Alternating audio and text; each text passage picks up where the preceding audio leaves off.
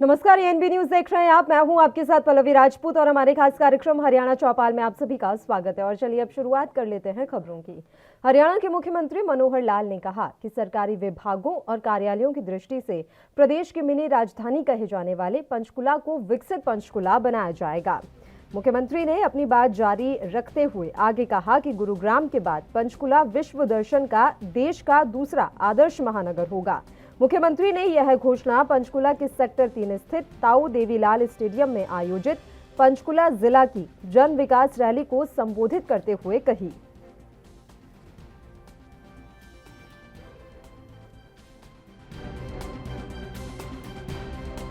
अपने बचपन से हम देख रहे हैं, एक छोटे गांव से एक शहर बनता ध्यान में आया। यहाँ के कितने ही दफ्तर हमारे प्रदेश के जो राजधानी के दफ्तर होते हैं वो पंचकुला में है। जिस गति से यह विकास होना चाहिए था वो शायद पूर्व की सरकारें इसको छोड़कर और विकास के नाम से गुरुग्राम पहले पहुंच गई। निश्चित रूप से गुरुग्राम आज हमारा एक आइकॉनिक सिटी है, एक विश्व में बहुत प्रसिद्ध शहर। इंदिरा गांधी अंतर्राष्ट्रीय हवाई अड्डे के पास 500 जो फॉर्चून कंपनीज हैं उनमें से लगभग 200 फॉर्चून कंपनीज के जो वर्ल्ड लेवल के जो ऑफिस कार्यालय वो आज गुरुग्राम में हैं। गुरुग्राम हमारी आर्थिक राजधानी बन चुकी है। पूरे प्रदेश का जितना रेवेन्यू है आधे से ज़्यादा केवल गुरुग्राम से आता है, बाकी आधा सारे प्रदेश से आता है। लेकिन जब ये विचार आया कि जब पंचकुला को हम अपनी मिनी राजधानी कहते हैं तो पंचकुला ये क्या गुरुग्राम के बराबर नहीं बन सकता? हमने इसका काम शुरू कर दिया है, गुरुग्राम के विकास की नींव रख दी है। और अगर आपने देखा हो तो जैसे गुरुग्राम में Gurugram metropolitan development authority GMDA बनाया, उसी प्रकार से हमने 3 महीने पहले घोषणा की थी कि पंचकुला में भी PMDA बनाया जाएगा। और आज मुझे खुशी है कि उस PMDA की विधिवत शुरुआत ये आज से कर दी गई है। विकास के जितने काम ज़्यादा यहाँ हो सकते हैं, वैसे तो कॉरपोरेशन के नाते यहाँ काम होते हैं, लेकिन कॉरपोरेशन की उतनी शक्ति नहीं है जितने बड़े कामों को करवा सके। लेकिन अब ये जो डेवलपमेंट अथॉरिटी है इसके माध्यम से काम होंगे, बहुत सारे विकास के काम होंगे। एक तो मैं आपको ये बताना चाहता हूँ भाई बहनों, खेल के नाते एक अंतर्राष्ट्रीय लेवल का स्टेडियम, जिस स्टेडियम के हॉल में आज हम बैठे हैं ये उसी का हिस्सा है। अंतर्राष्ट्रीय खेल स्टेडियम ये और कहीं नहीं, हरियाणा में सबसे बड़ा अगर स्टेडियम खेल के लिए चौधरी देवीलाल स्टेडियम बना है तो वो पंचकुला में बना है। बहुत जल्दी एक राष्ट्रीय स्तर का खेलो इंडिया का कार्यक्रम जिसमें 14,000 लोग पूरे देश भर के यहाँ आएंगे, वो 10 दिन का कार्यक्रम यहाँ होने वाला है जून के महीने में, पहला एक कार्यक्रम। तो इस प्रकार से बड़ी बड़ी जो चीजें हैं, पंचकुला का विस्तार, टूरिज्म के नाते यहाँ बहुत स्कोप है। यहाँ बताया जा सकता है 30 साल से लंबित जो कजोली वाटर वर्क्स का पंजाब से जो पंचकुला 12 MGD वाटर पानी आना था, उसकी योजना 62 करोड़ रुपए की ये हमने पूरी करा दी है। 20 करोड़ रुपए की राशि से नानकपुर राज्य पॉलिटिकल महाविद्यालय ब्लॉक A-B-C का निर्माण ये भी किया गया है। टिक्कर ताल की बात मैंने बता दी है। पिंजौर काल का सेक्टर 29 पिंजौर जो है उसमें अर्बन कॉम्प्लेक्स HMT में 60 एकड़ भूमि, इसके ऊपर फिल्म सिटी ये बनाई जा रही है। इस फिल्म सिटी में बॉम्बे का उद्योगपति बड़ी मात्रा में ये आने वाला है। फिल्में हम अभी तक बॉम्बे तक सीमित थी, लेकिन देश में कई कोनों में वो जा रही हैं। हमने कहा पंचकुला में आप आइए, तो पिंजौर की 60 एकड़ भूमि उनको दे दी हमने। विकास इसका बहुत जल्दी करके और उनका काम वो शुरू होने वाला है। इसी प्रकार से थापली में वेलनेस सेंटर है, उसका काम शुरू हो गया। संयुक्त food and drug testing lab 22 crore की लगा करके सेक्टर 3 पंचकुला में इसका भी निर्माण कराया जा रहा है। हमने तय किया है कि जो गरीब परिवार है जिसको हम अंत्योदय परिवार कहते हैं, परिवार पहचान पत्र के माध्यम से 1,80,000 रुपए की राशि के नीचे वाले सब परिवार, इनको सब सुविधाएं अब आकर के दफ्तर में नहीं लेनी पड़ेंगी। अब इनको दरखास्त नहीं देनी पड़ेगी, किसी प्रकार के दस्तावेज नहीं टटोलने पड़ेंगे, इनको आना नहीं पड़ेगा, आवेदन नहीं करना पड़ेगा, बल्कि जैसा कहावत तो है ना कि प्यासा कुएं के पास जाता है, मैं घोषणा करता हूं कि अब सरकारी कुआं हमारे जो गरीब प्यासे के घर में जाएगा। ये कहावत उल्टी हो जाएगी। अब जैसा भी आपने देखा, यहां तो केवल कुछ प्रतिनिधि बुलाए 25-30, सब जिलों में सैकड़ों संख्या में अब ये राशन के कार्ड, पीला कार्ड ढूंढते फिरते हैं लोग, जो जिनको नहीं मिलता चक्कर काटते हैं, बनता नहीं था। हमने कहा कि नहीं, अब आपको आने की जरूरत नहीं है। जो भी 1,80,000 से नीचे का व्यक्ति परिवार की आय का होगा, उसके घर में बैठे हुए पीला कार्ड पहुंचेगा। कोई अप्लाई नहीं करना, किसी को अप्लाई नहीं करना। जो बुजुर्ग 60 साल का, हमारे बुजुर्ग चाहे स्त्री हो चाहे पुरुष हो, 60 साल का होते ही 1 महीना पहले व्यक्ति हमारा जाएगा कि आप अगले महीने 60 साल के हो रहे हैं, इस कागज पर साइन कर दीजिए। केवल उसका कंसेंट फॉर्म लेना है, अगले महीने उसकी पेंशन उसके। हरियाणा के राज्यपाल बंडारू दत्तात्रेय ने कहा कि केंद्र और हरियाणा सरकार भारतीय संस्कृति और विरासत का संरक्षण करने के लिए पूरी प्रतिबद्धता से कार्य कर रही है। आजादी के अमृत महोत्सव की श्रृंखला में केंद्रीय संस्कृति मंत्रालय द्वारा सांस्कृतिक समारोह अनुदान योजना, टैगोर राष्ट्रीय फेलोशिप योजना, सांस्कृतिक विरासत नेतृत्व कार्यक्रम शुरू किए गए हैं। इन योजनाओं को मूर्त रूप देने के लिए केंद्र सरकार ने चालू वित्त वर्ष के बजट में 3,000 करोड़ रुपए से भी अधिक की राशि देने का प्रावधान किया है। राज्यपाल ने कहा कि सिरसा की पावन धरती अध्यात्म का केंद्र रही है।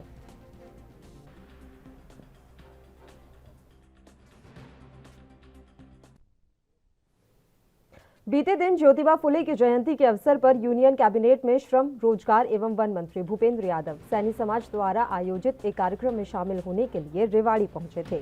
मीडिया से बातचीत के दौरान जब पत्रकारों ने केंद्रीय मंत्री भूपेंद्र यादव से अहीर रेजिमेंट, हरियाणा में नेतृत्व परिवर्तन और हरीरवाल में बीजेपी की गुटबाजी को लेकर सवाल किया तो उन्होंने चुप्पी साध ली।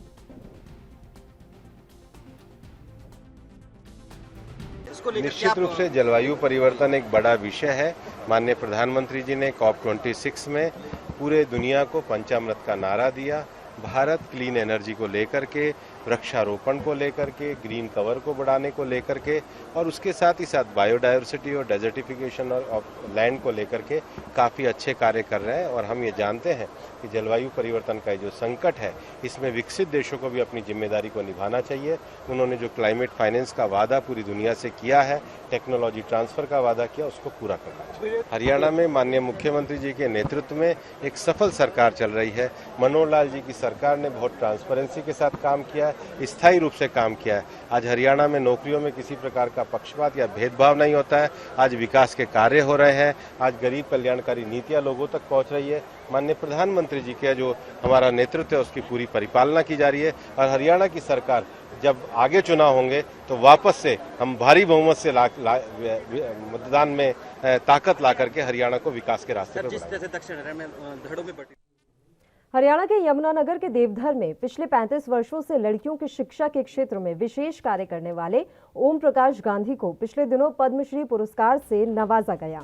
भारत के राष्ट्रपति ने यह पुरस्कार उन्हें प्रदान किया। यमुनानगर के देवधर के गुरुकुल विद्या मंदिर में आयोजित एक भव्य समारोह में विभिन्न सामाजिक शैक्षणिक संस्थाओं के प्रतिनिधियों ने उन्हें सम्मानित किया।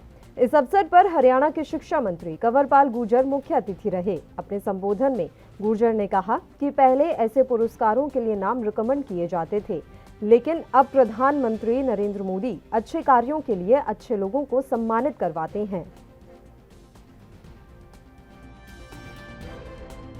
इस सरकार में जो भी अच्छे काम कर रहे हैं,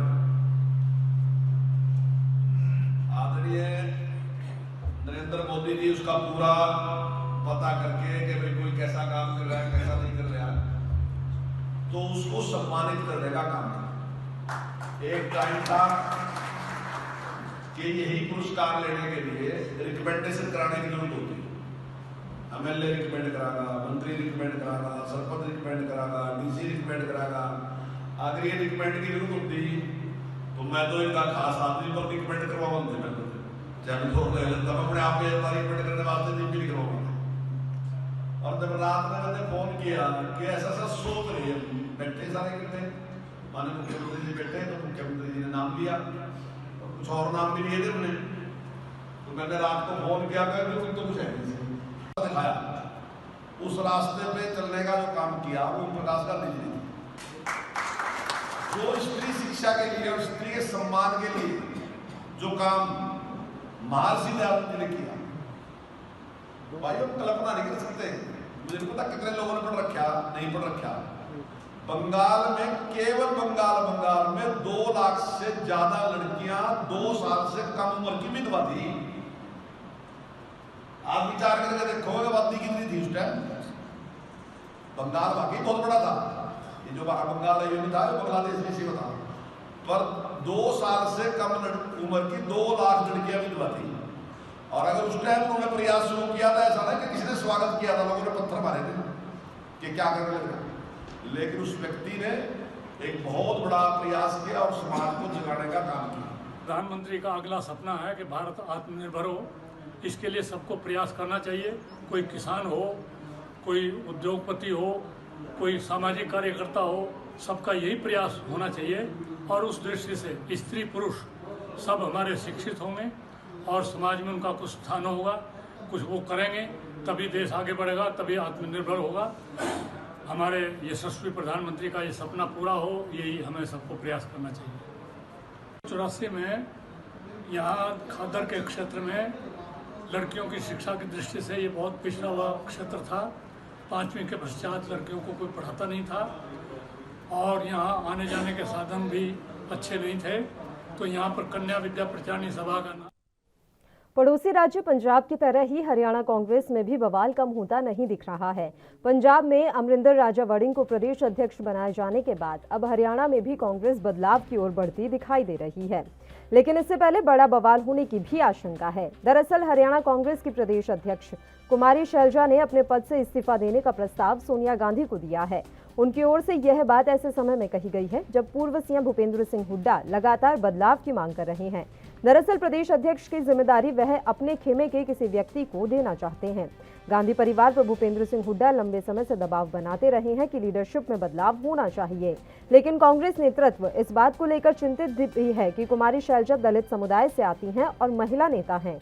यदि उन्हें हटाया जाएगा तो पार्टी पर विरोधी दल दलितों की उपेक्षा का आरोप भी लगा सकते हैं।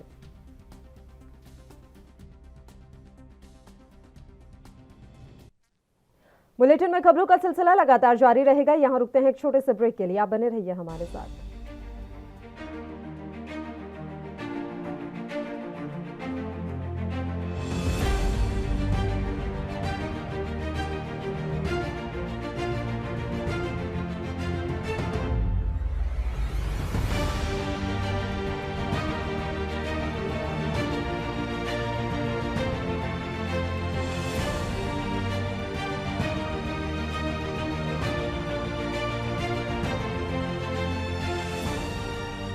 ब्रेक के बाद एक बार फिर से आप सभी का स्वागत है। बढ़ते हैं कुछ और खबरों की ओर। हरियाणा कांग्रेस के वरिष्ठ नेता अरुण हुड्डा ने रविवार को दिल्ली में आम आदमी पार्टी की सदस्यता ग्रहण कर ली। आपके हरियाणा प्रभारी और राज्यसभा सदस्य सुशील गुप्ता ने उन्हें पार्टी में शामिल कराया। आम आदमी पार्टी के हरियाणा प्रभारी सुशील गुप्ता ने कहा कि सीएम अरविंद केजरीवाल की नीतियों, शिक्षा मॉडल, युवाओं के लिए चलाई जा रही योजनाओं से प्रभावित होकर लोग आम आदमी पार्टी में शामिल हो रहे हैं। इस दौरान आम आदमी पार्टी के हरियाणा सह प्रभारी महेंद्र चौधरी भी मौजूद रहे। आपको बता दें कि अरुण हुड्डा कांग्रेस में कई महत्वपूर्ण पदों पर रह चुके हैं। दिल्ली के अंदर रहते हुए इन्होंने all India Congress committee assembly observer रहे उत्तराखंड के इलेक्शन 2022 के अंदर, work as AICC assembly observer in Rajasthan assembly election 2018, work as observer Okhla assembly in Delhi Pradesh Congress committee 15 से 19, को इंचार्ज रहे एनएसए राजस्थान के 2017-18 में, कांग्रेस के स्पोक्समैन रहे हरियाणा यूथ कांग्रेस के, और बहुत से अन्य पदों पर रहे हैं। लगातार कांग्रेस के एक मजबूत कड़ी के रूप में वहाँ पे काम करते रहे। अरविंद केजरीवाल जी की नीतियों से प्रभावित होकर, इनके शिक्षा मॉडल से प्रभावित होकर यूथ के लिए जो स्कीम निकाली है और आज जो एक रोजगार का बजट दिया है, उन सब बातों से प्रभावित होकर आम आदमी पार्टी को ज्वाइन कर रहे हैं। इनके पिता Ajay Pal Hooda ji all Haryana cooperative bank employ federation के प्रेसिडेंट रहे हैं। कोऑपरेटिव बैंक रोहतक के भी आप प्रेसिडेंट रहे, मैनेजर रहे हैं। इनकी माता, पूरा परिवार सोशल एक्टिविटीज़ के अंदर लगा रहा है। आम आदमी पार्टी के राष्ट्रीय संयोजक, दिल्ली के यशस्वी मुख्यमंत्री श्री अरविंद केजरीवाल जी को नमन करते हुए और उनकी राष्ट्रवादी नीतियों से, विकास के मॉडल से, छात्र और युवाओं के रोजगार के लिए जो मॉडल है उससे प्रभावित होकर और जो अच्छी साफ स्वच्छ छवि की राजनीति देश में एक कायम करने का संकल्प लिया है, उनसे प्रभावित होकर आम आदमी पार्टी ज्वाइन करने जा रहा हूं। मैं धन्यवाद करता हूं हमारे आदरणीय बहुत ही यशस्वी राज्यसभा सांसद माननीय सुशील गुप्ता जी का, जो हमारे हरियाणा के प्रभारी भी हैं। उन्होंने हमें आम आदमी पार्टी के साथ जोड़कर और साथ में महेंद्र भाई जो हमारे बड़े भाई हैं, आदरणीय मार्गदर्शक करते रहते हैं, इन्होंने आम आदमी पार्टी के साथ जोड़कर। रोहतक के विश्व हिंदू परिषद के जनरल सेक्रेटरी सुरेंद्र जैन ने कहा कि रामनवमी का दिन भारत में बड़े त्योहारों में से एक है, लेकिन जानबूझकर माहौल खराब करने की कोशिश की गई। कई जगहों पर दंगे हुए। इन सब के लिए सभी को सतर्क रहने की जरूरत है। भारत के सबसे बड़े उत्सवों में से एक है। संपूर्ण देश के राम भक्त बड़े उत्साह और उल्लास के साथ रामनवमी का उत्सव मनाते हैं। बड़ी बड़ी शोभा यात्राएं निकलती हैं, बड़े बड़े कार्यक्रमों का आयोजन होता है और समाज के सभी वर्ग मिलकर इस कार्यक्रम को सफल बनाने का प्रयास करते हैं। लेकिन दुर्भाग्य से कल रामनवमी के पावन अवसर पर संपूर्ण देश के कई स्थानों के ऊपर जिहादियों के द्वारा, कुछ स्थानों पर ईसाई मिशनरियों के द्वारा, कुछ स्थानों पर वामपंथी और लेफ्ट लिबरल्स, इन लोगों के द्वारा रामनवमी के आयोजनों पर हमले किए गए। जेएनयू, वहां पर जिस प्रकार से राम भक्तों की पिटाई की गई, उनके सर फोड़े गए, हवन तक नहीं करने दिया। उस जेएनयू में फौजियों की पिटाई हो सकती है, उस जेएनयू के अंदर ये लेफ्ट लिबरल्स भारत के टुकड़े के नारे लगा सकते हैं, लेकिन वहां के ऊपर और राम का उत्सव नहीं मनाया जा सकता। झारखंड में क्या हुआ, वहां भी इसी प्रकार से कई स्थानों के ऊपर इस रामनवमी के त्योहार पर, उसके जुलूसों पर हमले किए गए। मध्य प्रदेश का खरगोन हो या गुजरात का आणंद या बनासकांठा हो, सब जगह एक ही प्रकार के दृश्य दिखाई दिए। जहां जहां मुस्लिम बहुसंख्या में है, वहां वहां उन्होंने इस रामनवमी के आयोजनों पर हमला किया। कई प्रश्न खड़े होते हैं। रमजान का महीना चल रहा है, पवित्र महीना माना जाता है, कोई हिंसा नहीं करेंगे यह क्लेम किया जाता है। कुरान में भी यही लिखा है कि जैसे ही यह मुकद्दस महीना पूरा हो उसके बाद जिहाद करो। लेकिन साफ दिखाई देता है इनकी पवित्रता केवल हिंदू त्योहारों को डिस्टर्ब करने के लिए बनी है। दूसरा प्रश्न खड़ा होता है, यदि इसकी विपरीत परिस्थिति होती तो क्या होता? कहीं ईद के कार्यक्रम पर इस प्रकार के हमले होते तो किस प्रकार का दृश्य देश में निर्माण होता? मेरा सब लोगों से निवेदन है, कृपया सब लोग समझ जाएं जिस प्रकार का गैंग तैयार हो रहा है, ईसाई मिशनरी हो, जिहादी हो और लेफ्ट लिबरल्स हो, करौली से लेकर जेएनयू तक। विश्व होम्योपैथिक दिवस के उपलक्ष्य में आयुष विभाग पलवल द्वारा श्री सनातन धर्म मंदिर जवाहर नगर कैंप में निःशुल्क स्वास्थ्य कैंप का आयोजन किया गया।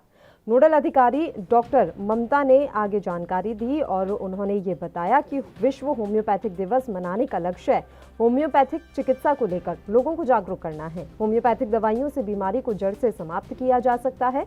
उन्होंने बताया कि लोगों के स्वास्थ्य की जांच कर निःशुल्क दवाइयां वितरित की जा रही हैं। इसके अलावा स्थानीय लोगों को आयुर्वेद के बारे में भी जानकारी प्रदान की जा रही है। विश्व होम्योपैथिक दिवस पे आज हमने ये कैंप रखा है। तो यहाँ पर हम मेनली तो होम्योपैथिक चिकित्सा पद्धति के बारे में लोगों को बता रहे हैं, अवेयर कर रहे हैं, उनकी दवाइयाँ इलाज के बारे में बता रहे हैं। प्रदर्शनी भी लगाई है हमने कि होम्योपैथिक मेडिसिन से कैसे सुविधा मिल सकती है लोगों को अपनी हेल्थ को मेंटेन करने के अंदर। और आयुर्वेदिक दवाइयाँ भी दे रहे हैं, यूनानी दवाइयाँ दे रहे हैं। योगाचार्य जी हैं हमारे पास जो अलग अलग पोस्चर से हमें बताएंगे कि कैसे हम अपनी हेल्थ को बना सकते हैं। मेरा नाम विदुषी छाबड़ा है और आज हमने यहाँ आयुर्वेदिक स्वास्थ्य कैंप लगवाया है। यहाँ पर होम्योपैथिक और आयुर्वेदिक दवाइयाँ वितरित की जा रही हैं और समय समय पर हम ऐसे आयोजन करते रहते हैं। और मैं लोगों से भी अपील करती हूँ कि एलोपैथिक के बजाय आयुर्वेदिक और होम्योपैथिक दवाइयों पर विश्वास कीजिए। लंबा जरूर होता है इलाज, लेकिन कारगर होता है। मेरा नाम मनोज डावर है। मैंने आज यहाँ पर हेल्थ कैंप के अंदर अपनी जांच कराई और बीपी चेक कराया और दवाई लिए शुगर की और हार्ट की। तो उसके लिए वाले इन्होंने मेरे को अच्छी जानकारी दी कि या इसका घर बैठे इलाज किया जा सकता है और कफ सिरप लिया है जिसके कोई पैसे नहीं लिए और ना ही कोई चार्ज इन्होंने स्वास्थ्य का लिया है। ऐसे स्वास्थ्य शिविर मेरे ख्याल से तो जवाहर नगर के अंदर गरीब आबादी ज़्यादा रहते हैं, अलग समय समय पर लगते रहने चाहिए। और अंबाला के शहरी इलाकों में पिछले 1 साल से पंडित केदारनाथ शर्मा हॉस्पिटल और चैरिटेबल ट्रस्ट की ओर से निःशुल्क मेडिकल जांच कैंप लगवाए जा रहे हैं, लेकिन अब ग्रामीण क्षेत्र में भी इन निःशुल्क जांच और इलाज कैंप की शुरुआत हो चुकी है। अंबाला के गांव जानसुई में निःशुल्क मेडिकल, रक्त जांच और ई सेवा कैंप लगाया गया, जिसमें अंबाला की मेयर शक्ति रानी शर्मा शिरकत करने पहुंची। मेयर शक्ति रानी शर्मा ने कहा कि ग्रामीण क्षेत्रों में मेडिकल चेकअप और स्वास्थ्य के प्रति जागरूकता की ज्यादा जरूरत है। इन कैंप में स्पेशलिस्ट डॉक्टर ही लोगों का चेकअप कर रहे हैं।